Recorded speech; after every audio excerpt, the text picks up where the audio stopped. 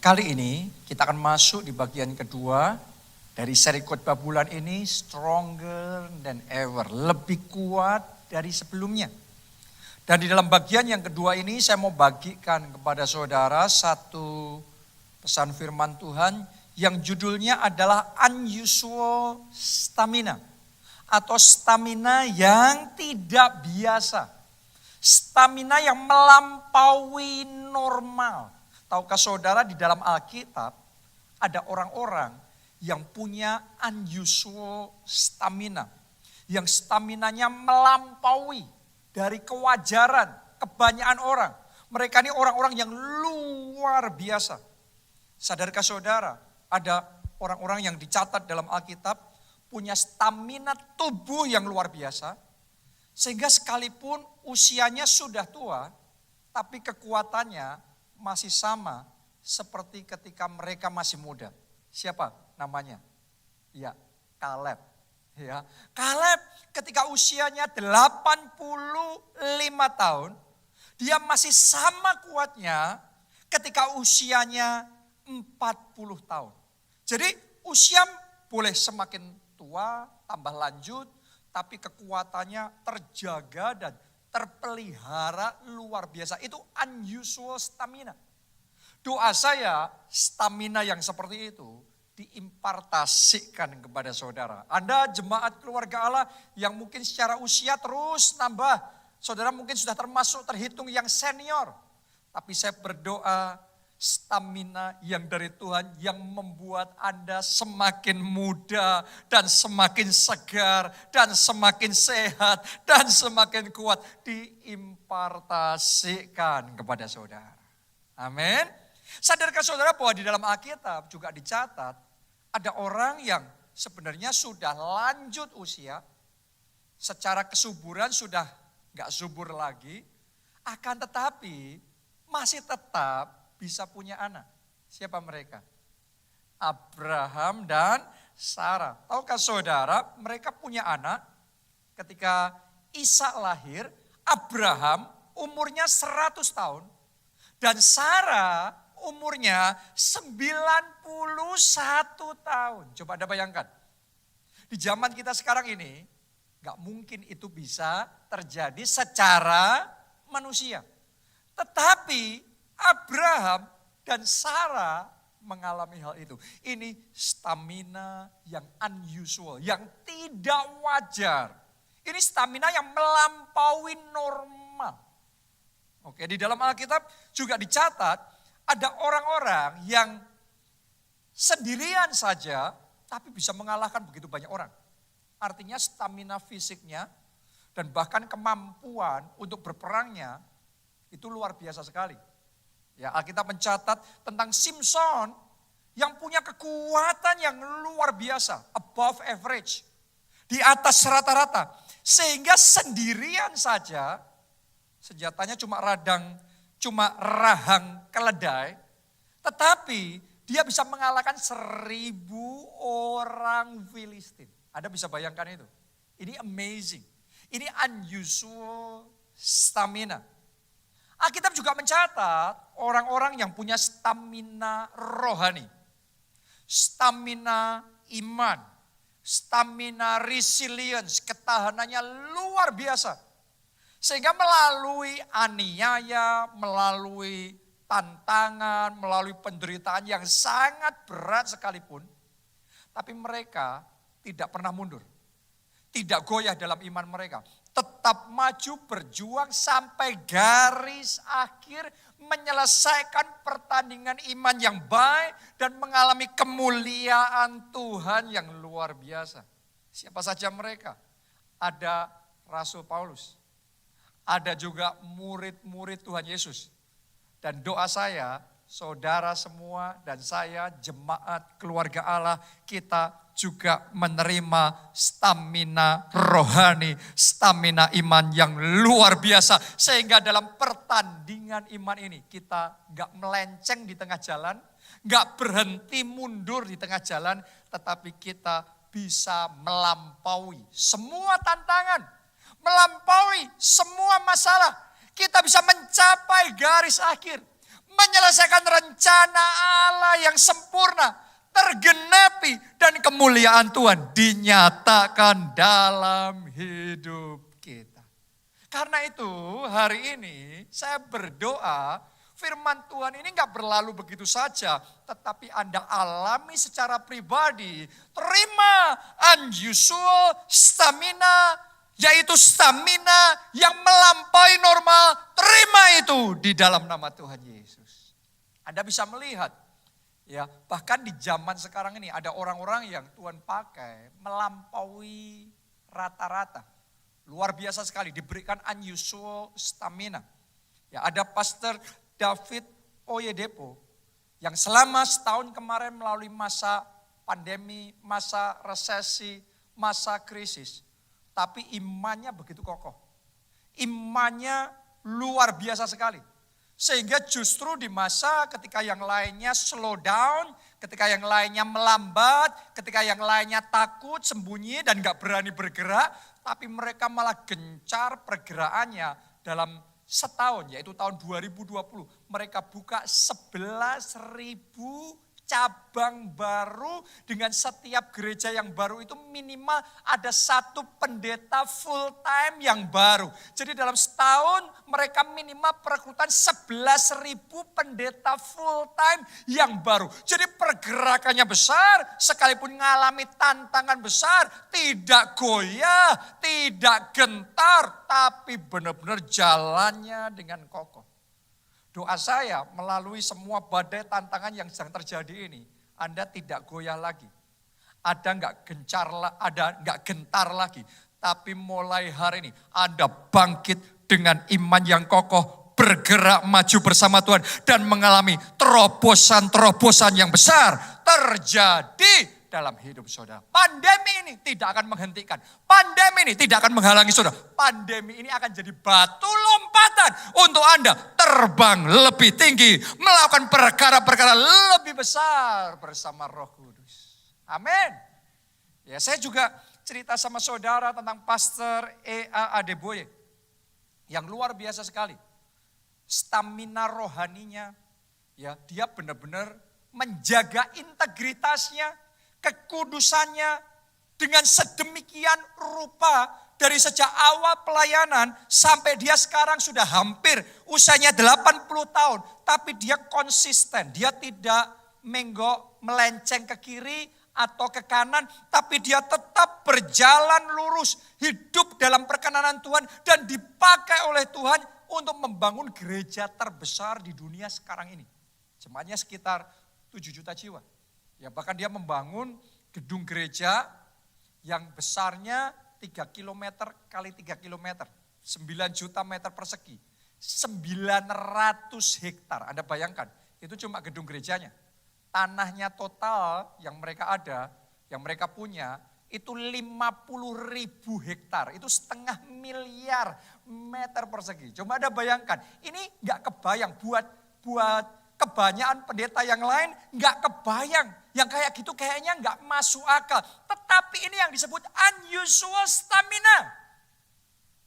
Dan saya berdoa stamina yang seperti itu saat ini juga engkau terima di dalam nama Tuhan Yesus. Engkau terima di dalam nama Tuhan Yesus. Unusual stamina. Bahkan kalau Anda renungkan, Bapak rohani kita semua, yaitu Bapak Obaja Tanto Setiawan, Tuhan juga berikan stamina yang luar biasa sekali.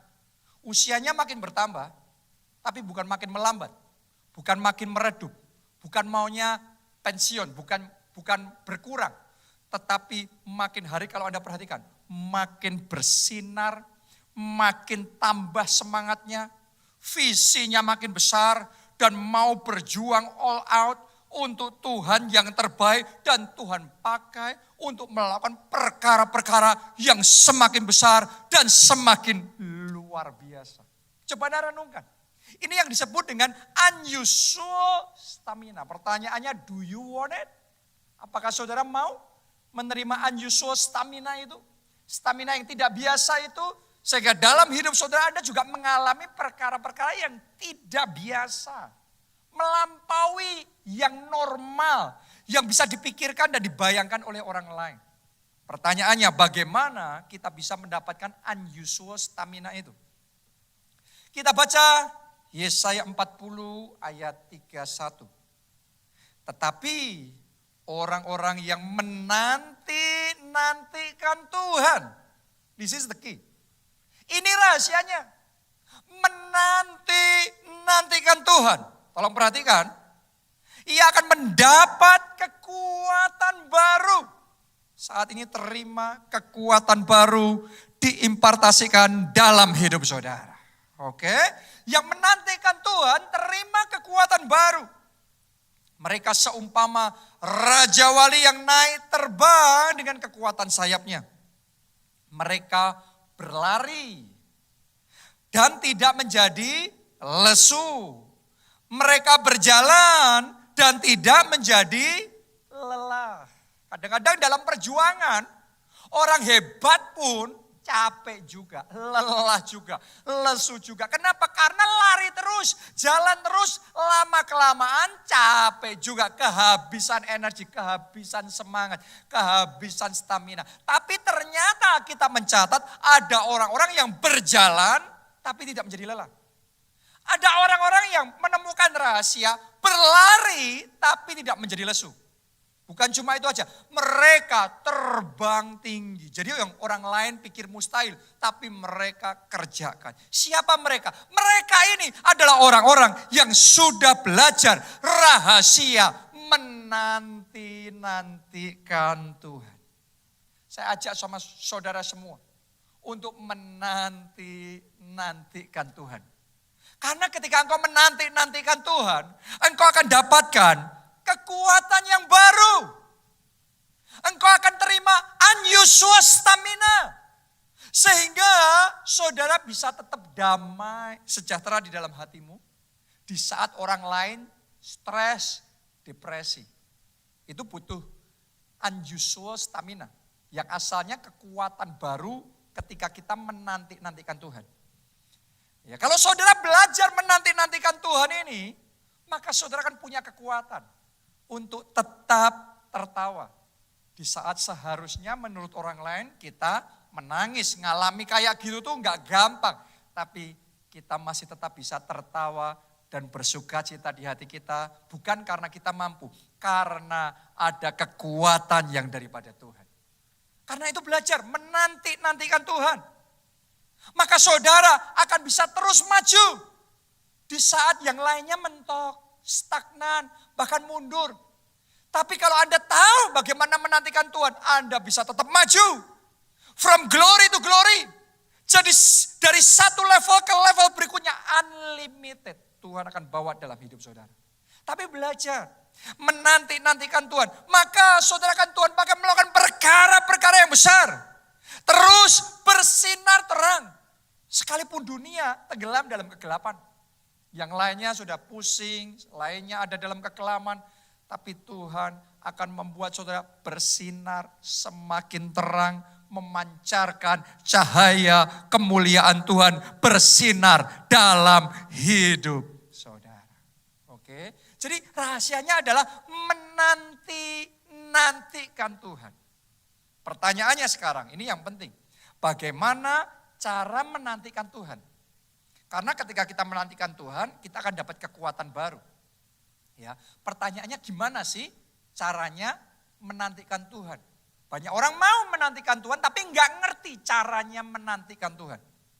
Saya mau bagikan kepada saudara 5 cara kita menantikan Tuhan. Nomor 1, menanti dengan tenang. Oke, kita baca dulu. Ratapan 3 ayat 24 sampai ayat 26. Tuhan adalah bagianku, kata jiwaku. Oleh sebab itu, aku berharap kepadanya. Tuhan adalah baik bagi orang yang berharap kepadanya. Bagi jiwa yang mencari Dia. Ayat 26 tolong perhatikan. Adalah baik menanti dengan diam pertolongan Tuhan. Jadi di sini ditulis menanti dengan diam. Tapi tahukah saudara, kata yang sama itu dalam Alkitab bahasa Inggris ditulis sebagai quietly wait. Quiet itu tenang. Jadi kalau saya terjemahkan langsung dari Alkitab bahasa Inggris ke bahasa Indonesia, seharusnya menanti dengan diam ini ditulis menanti dengan tenang. Tahukah saudara, itu rahasia menantikan Tuhan. Saat kita menantikan pertolongan Tuhan, kita harus menantikannya dengan tenang. Oke, quietly wait. Enggak bingung, enggak gelisah, enggak resah.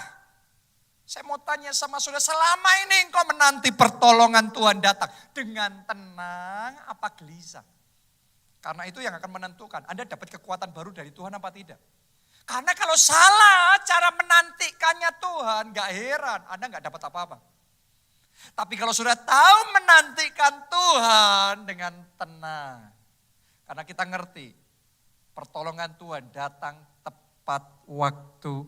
Tuhan kita tidak pernah terlambat. Ketika dia bekerja, dia akan membuat segala sesuatu indah pada waktunya. Karena itu kita menanti dengan tenang.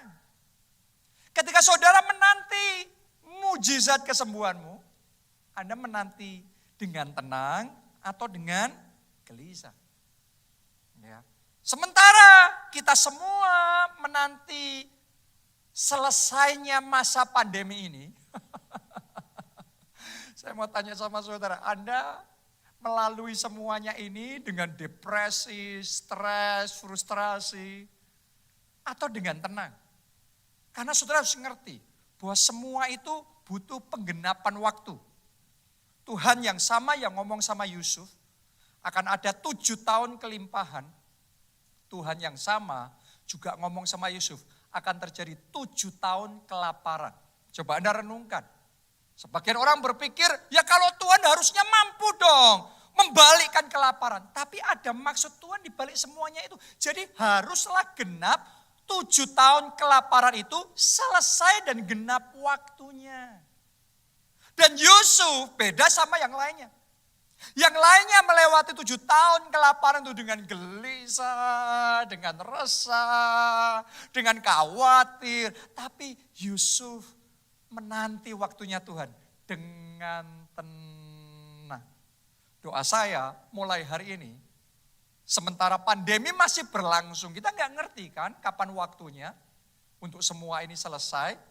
Tapi saya berdoa ketenangan yang dari Tuhan diberikan dalam hati saudara. Mulai hari ini tidak lagi resah, tidak lagi gelisah. Anda bisa quietly wait upon the Lord. Anda bisa menanti-nantikan Tuhan dengan tenang. Ini penting sekali. Karena kalau saudara gelisah, kegelisahan itu akan mengeringkan kekuatan kita. Tapi saudara bisa tenang. Menanti Tuhan dengan tenang itu menarik kekuatan dari Tuhan. Diimpartasikan, mengalir di dalam kehidupan kita. Jadi mulai hari ini belajar yang pertama, menanti Tuhan dengan tenang. Kesembuhanmu pasti terjadi, mujizatmu pasti terjadi, pemulihan keluarga pasti terjadi, berkat-berkat pasti tercurah. Karena itu menantikan Tuhan dengan tenang. Oke, itu yang pertama. Yang kedua sekarang, menanti dengan siap siaga. Ini rahasia yang kedua kalau Anda mau dapat kekuatan baru dari Tuhan. Anda harus ngerti pentingnya menanti dengan siap siaga. Tenang sih yang pertama, tapi siaga, siap siaga. Lukas 12 ayat 35 sampai 40. Hendaklah pinggangmu tetap berikat dan pelitamu tetap menyala. Doa saya, pelita saudara tetap menyala. Yang lainnya redup, yang lainnya suam. Tetapi jemaat keluarga Allah, pelitanya tetap menyala. Apinya tetap menyala. Rohnya tetap menyala. Menanti Tuhan dengan siap siaga. Oke, 36. Dan hendaklah kamu sama seperti orang-orang yang menanti-nantikan tuannya, yang pulang dari perkawinan, supaya jika ia datang dan mengetok pintu, segera dibuka pintu baginya. Kenapa pelayan itu bisa segera buka pintu ketika ada yang mengetok? Karena siap siaga. Oke, jadi responnya cepat. Ayat 37. Berbahagialah hamba-hamba yang didapati tuannya berjaga-jaga ketika ia datang. Jadi siap siaga, itu yang bahagia. Aku berkata kepadamu, sesungguhnya ia akan mengikat pinggangnya dan mempersilakan mereka duduk makan, dan ia akan datang melayani mereka. Dan apabila ia datang pada tengah malam atau pada dini hari dan mendapati mereka berlaku demikian, maka berbahagialah mereka. Jadi kalau saudara menantikan Tuhan, rahasia yang kedua, saudara harus belajar menantikan Tuhan itu siap siaga. Kapanpun Tuhan bergerak, kita ready, kita siap meresponi Tuhan yang paling pertama. Karena ini akan menentukan Anda dapat kekuatan dari Tuhan apa tidak. Kalau Anda pelajari di dalam Alkitab, ada kisah tentang kolam Bethesda, di mana sewaktu-waktu malaikat Tuhan akan turun, menggoncangkan air di kolam itu sehingga berbuih airnya. Dan Alkitab mencatat begini, yang paling cepat, yang paling sigap, yang paling siap terjun di kolam itu ketika airnya berbuih, dia yang terima mujizat. Sedangkan yang lainnya yang terlambat, yang gak siap, yang kalah cepat, ngelakuinnya sama loh, terjunnya sama loh, kolamnya sama. Tapi enggak dapat apa-apa. Bedanya apa? Yang satu ready, yang lainnya enggak. Saya berdoa jemaat keluarga Allah, saudara termasuk yang ready, termasuk yang sigap, termasuk yang siap siaga. Sehingga ketika Tuhan bergerak, Anda merespon. Ketika Tuhan memberi rema, Anda yang paling pertama bertindak. Kalau Anda kerjakan itu, Anda akan melihat kuasa Tuhan bekerja. Terima mujizatmu, terima jawaban doamu, terima terobosan terjadi dalam hidup saudara. Jadi bagaimana kita meresponi Tuhan, itu menentukan kita mengalami kemuliaan Tuhan apa tidak. Itu juga yang dilakukan oleh Abraham. Saudara boleh teliti di dalam Alkitab, Anda akan menemukan setiap kali Tuhan suruh Abraham melakukan sesuatu, Abraham itu enggak pakai nunda, enggak pakai nunggu konfirmasi berlama-lama antara ya tidak. Abraham itu selalu siap siaga. Pokok dia ngerti Tuhan suruh, dia maju, dia jalan, dia kerjakan. Ketika Tuhan ngomong sama dia, Abraham kamu pergi dari negeri asalmu, dari keluargamu, ke tempat yang aku akan tunjukkan kepadamu. Dia langsung merespon. Jadi Anda bisa teliti itu. Apapun Tuhan ngomong, Abraham langsung merespon tanpa delay. Ya bahkan ketika Tuhan suruh Abraham mempersembahkan anaknya sendiri. Anda coba renungkan. Alkitab mencatatnya begini.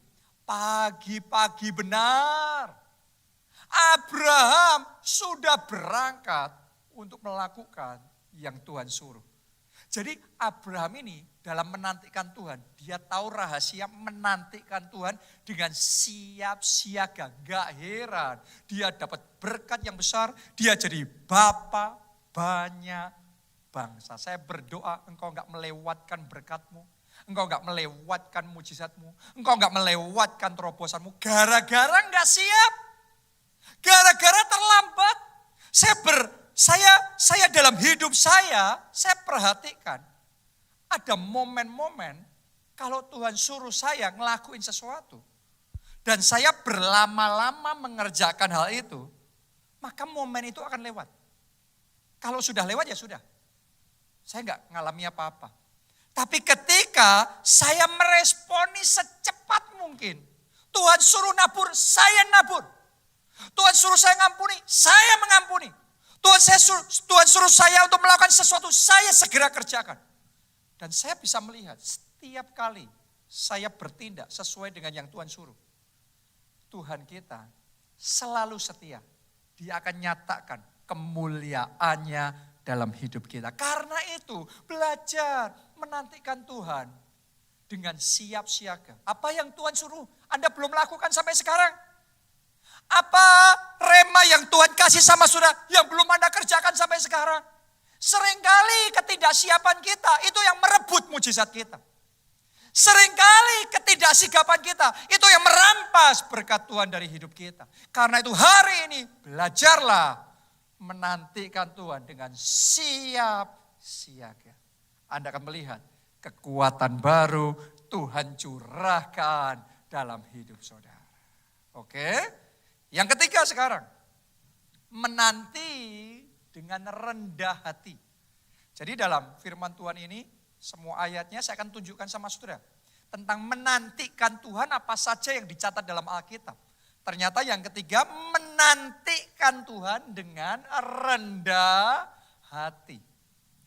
Mazmur 123 ayatnya yang kedua. Lihat, seperti mata para hamba laki-laki memandang kepada tuannya. Jadi kalau saudara memandang Tuhan, itu memandang seperti hamba kepada tuannya. Seperti mata hamba perempuan memandang kepada tangan nyonyanya. Demikianlah mata kita memandang kepada Tuhan Allah kita sampai Ia mengasihani kita. Jadi ternyata menantikan Tuhan butuh yang namanya hati hamba. Hati hamba itu bicara tentang kerendahan hati. Sehingga kita bisa ngomong tanpa Tuhan, tanpa belas kasihan Tuhan, kita bukan siapa-siapa. Kalau Tuhan tidak bergerak, kita nggak mungkin sanggup. Jadi kita butuh merendahkan hati, menantikan Tuhan, ngikutin Tuhan. Butuh yang namanya kerendahan hati. Sayangnya sebagian orang belum ngerti prinsip pentingnya rahasia kerendahan hati ini.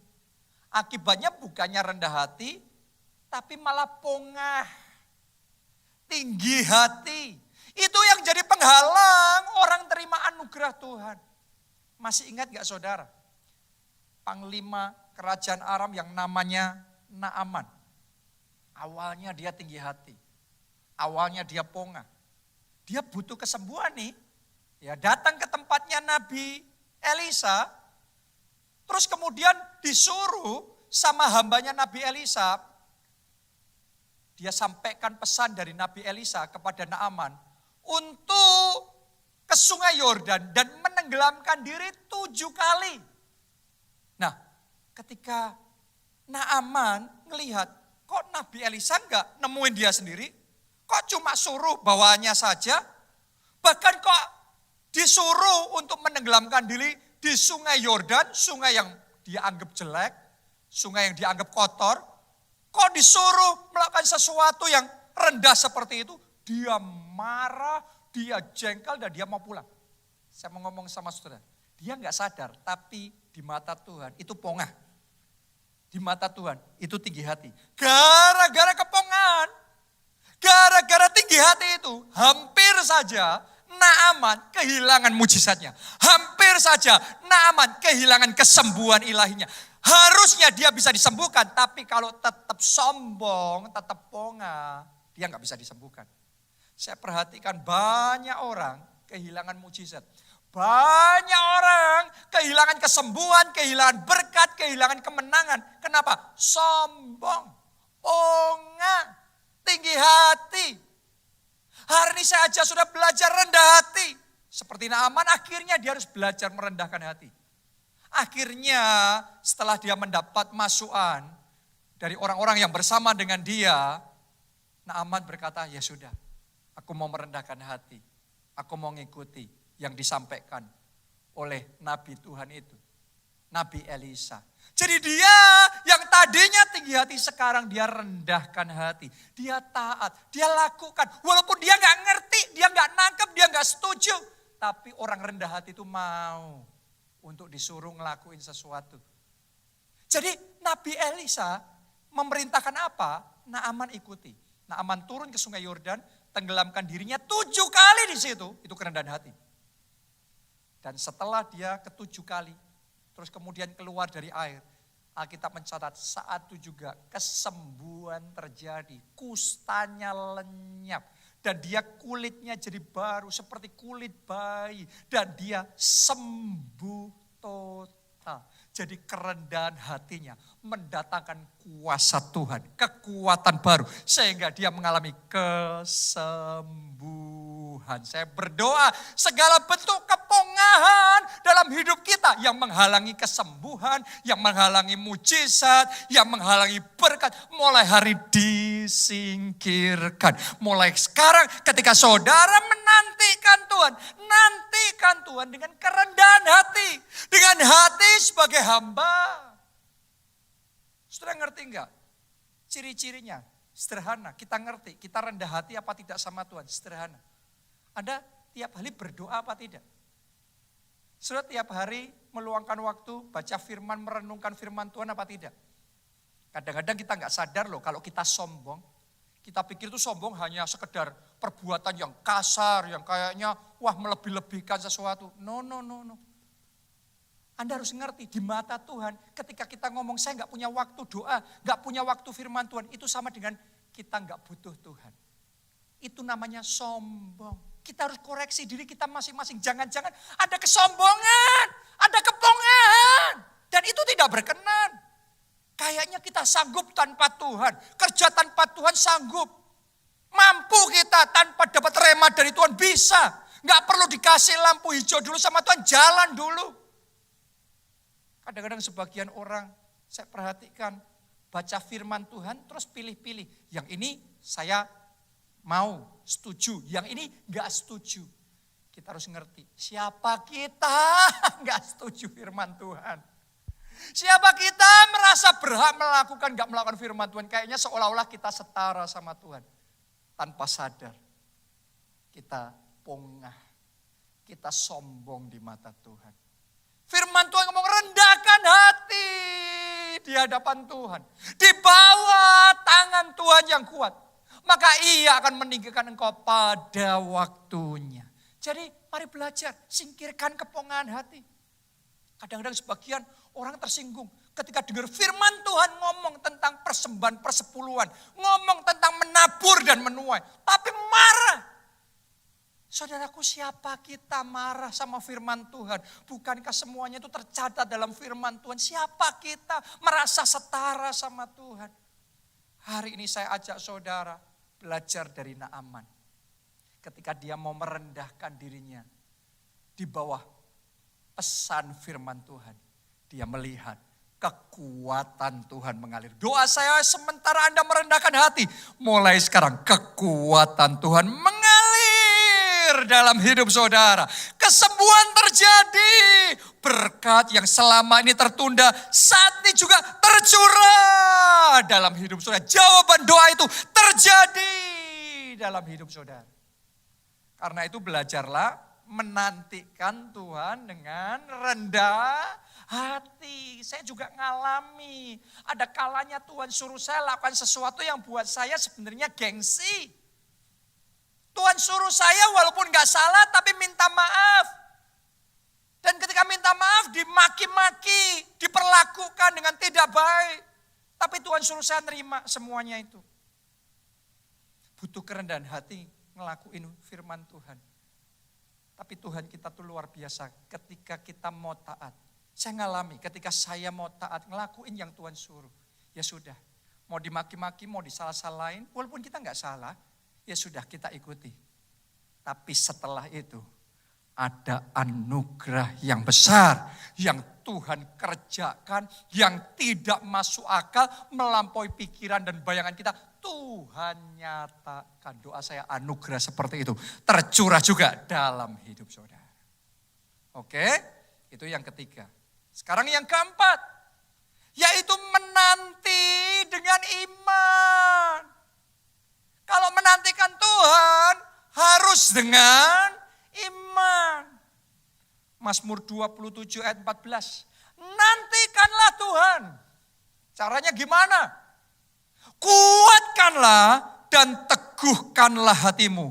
Ya, nantikanlah Tuhan. Wow. Jadi ternyata kalau kita menantikan Tuhan harus dengan iman.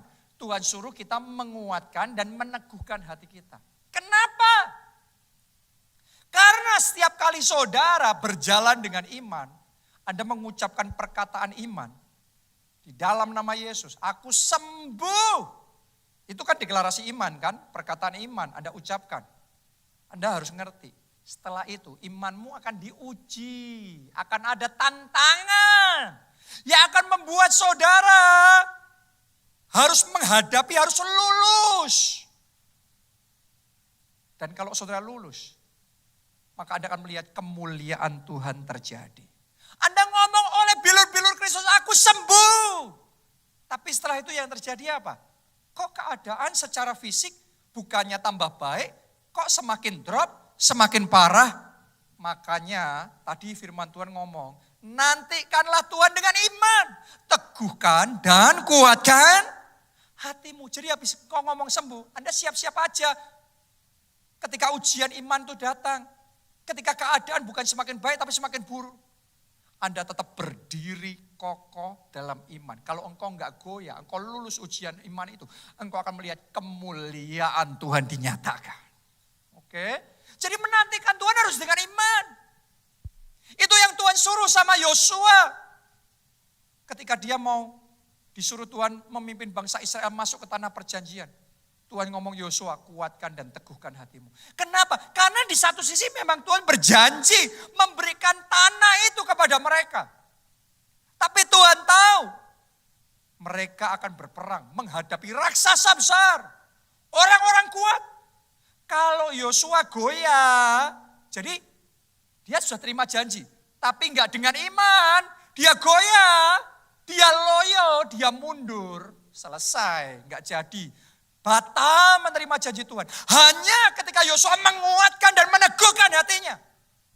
Maka janji Tuhan itu sungguh-sungguh tergenapi. Semua Alkitab mencatat. Semua yang dijanjikan Tuhan tidak ada yang tidak tergenapi. Semuanya terjadi.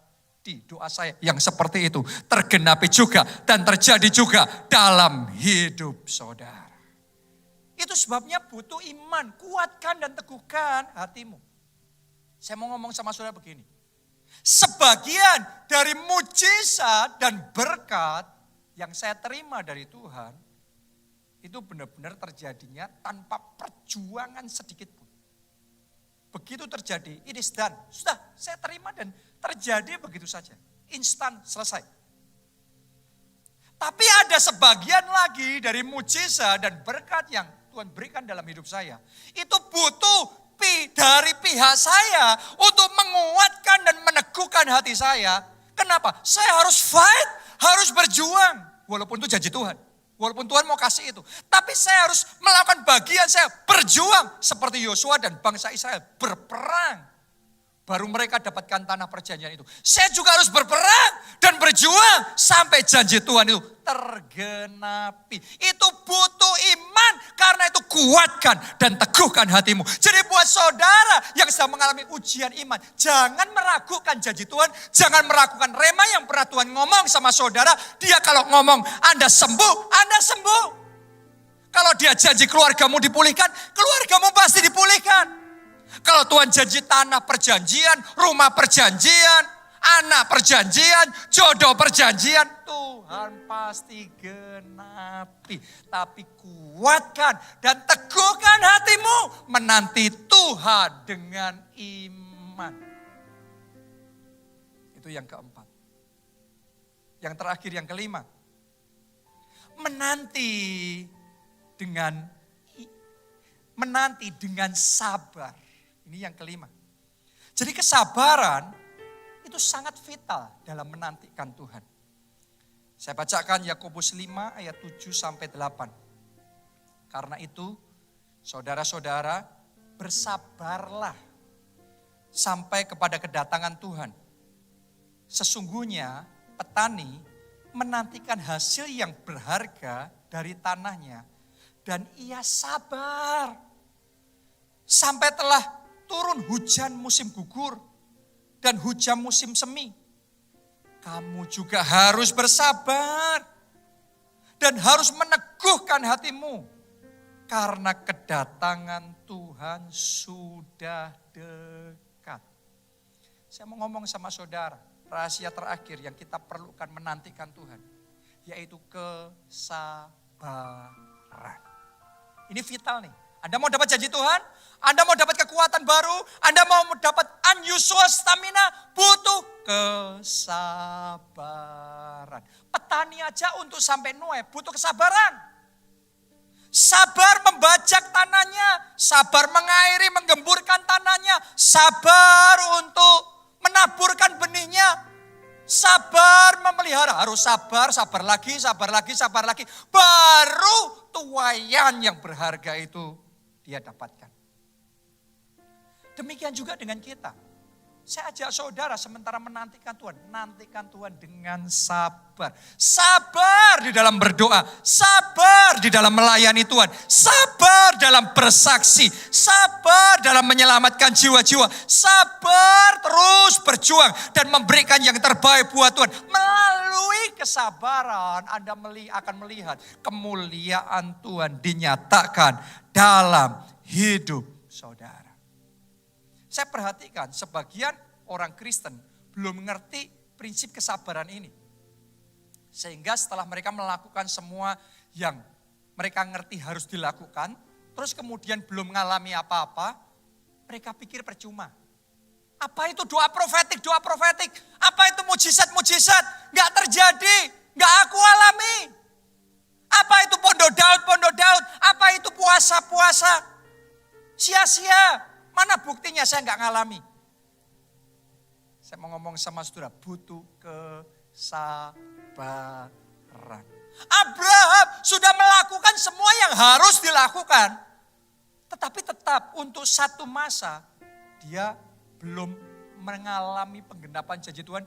Dia belum punya anak, Ishak belum lahir. Jadi setelah semua yang Abraham lakukan, Abraham harus menambahkan satu hal, yaitu kesabaran. Dan Alkitab mengatakan dengan sabar itu Abraham memperoleh apa yang dijanjikan Tuhan kepadanya. Saya mau ngomong sama saudara, kalau Anda sudah melakukan semua yang firman Tuhan suruh Anda lakukan, Anda butuh satu lagi, yaitu kesabaran. Nantikan Tuhan dengan sabar, maka engkau akan melihat kemuliaan Tuhan dinyatakan dalam hidup saudara. Jadi saya percaya hari ini firman Tuhan akan melakukan sesuatu yang istimewa dalam hidup kita. Dan kalau Anda tahu menanti-nantikan Tuhan dengan benar, sesuai petunjuk firman Tuhan hari ini, maka saat ini juga kekuatan baru dari Tuhan tercurah dalam hidup saudara. Dan stamina ilahi, unusual stamina yang melampaui normal itu diimpartasikan dalam hidup saudara. Are you ready? Apakah Anda siap? Apakah Anda mau? Mari kita bangkit berdiri. Kita nyanyikan lagu ini bersama-sama. Kau ku rindukan Roh Kudus. Mari katakan, kau ku nantikan. Oh, kami mau menantikan Engkau, ya Roh Kudus. Lebih dari segalanya di hidupku. Mari semuanya dengan rendah hati katakan, kau ku perlukan Roh Kudus. Mari sadari dan katakan, kau ku butuhkan, ya Roh Kudus. Lebih dari semua yang ada di hidupku. Mari semuanya angkat dua tanganmu, nyanyikan bersama-sama, berhembus, berhembuslah.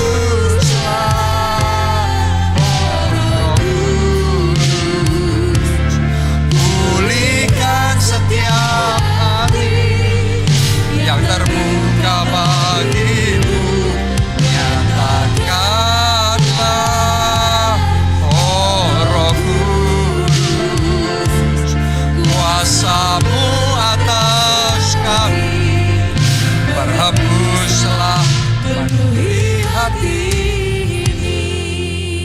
Hari ini firman Tuhan bicara tentang unusual stamina.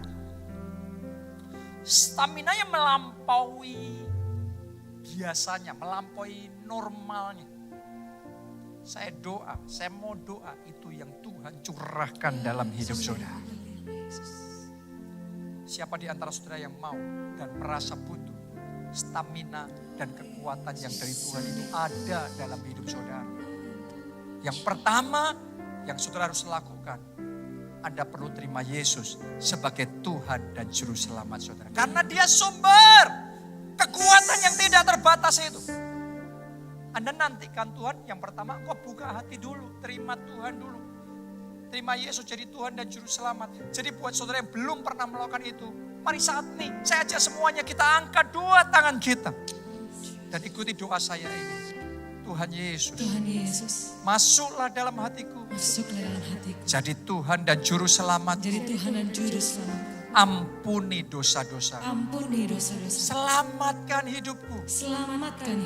Mulai sekarang, hidupku milik Tuhan Yesus. Dan aku percaya dosa-dosaku sudah diampuni. Dan aku punya jaminan keselamatan dalam kerajaan surga. Terima kasih Tuhan Yesus. Amin. Mari semuanya angkat dua tangan, kita berdoa buat keluarga kita. Kita berdoa buat teman-teman kita yang belum terima pengampunan dosa, yang belum terima anugerah keselamatan. Mari kita berdoa, Tuhan, biar belas kasihan-Mu atas keluargaku, biar belas kasihan-Mu atas teman-temanku, biar belas kasihan-Mu. Ya Roh Kudus, bekerjalah, selamatkan mereka, lembutkan hati mereka, lembutkan hati mereka. Jamah ya Roh, jamah ya Roh, jamah ya Roh Kudus. Ora lawasyara lawakasyar. Pakai aku Tuhan untuk jadi saksi-Mu. Pakai aku untuk selamatkan keluargaku. Pakai aku untuk selamatkan teman-temanku. Pakai aku ya Roh Kudus. Oh, terima kasih. Terima kasih. Yang kedua saudaraku, untuk kita menerima kekuatan yang dari Tuhan sehingga kita bisa punya unusual stamina itu. Stamina yang melampaui normal itu. Kita butuh menanti-nantikan Tuhan. Alkitab mengurangi menantikan Tuhan. Berjalan tapi enggak jadi lemah. Berlari tidak menjadi lesu. Bahkan dengan kekuatan sayap akan terbang tinggi. Wow, saya berdoa saudara semua terima kekuatan yang seperti itu. Karena itu mari ambil komitmen untuk menantikan Tuhan. Untuk menantikan Roh Kudus. Anda yang mau, mari angkat dua tangan saudara. Katakan, ya Roh Kudus. Lebih kuat lagi, ya Roh Kudus. Aku mau. Aku komit. Menantikan Tuhan. Mari semuanya berdoa. Oh, aku mau menantikan Tuhan dengan tenang, tidak gelisah. Aku mau menantikan Tuhan dengan kesiapan, siap siaga, cepat meresponi. Aku mau menantikan Tuhan dengan rendah hati. Ajari aku merendahkan hati di hadapan Tuhan. Aku mau menantikan Tuhan dengan iman. Dengan iman. Aku juga mau menantikan Tuhan dengan sabar. Dengan sabar. Oh, ajari kami Tuhan. Ajari Tuhan. Menantikan Tuhan. Mari semuanya katakan. Hembuslah, oh Roh Kudus, pulihkan setiap hati yang terbuka bagimu. Nyatakanlah, oh Roh Kudus, kuasa-Mu atas kami. Berhembuslah, penuhi hati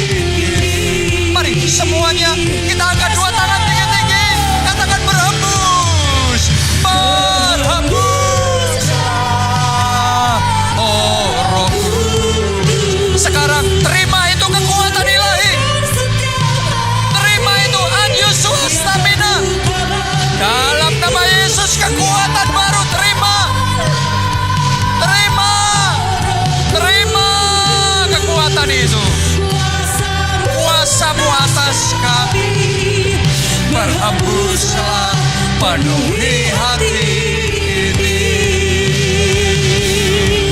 Kuasa-Mu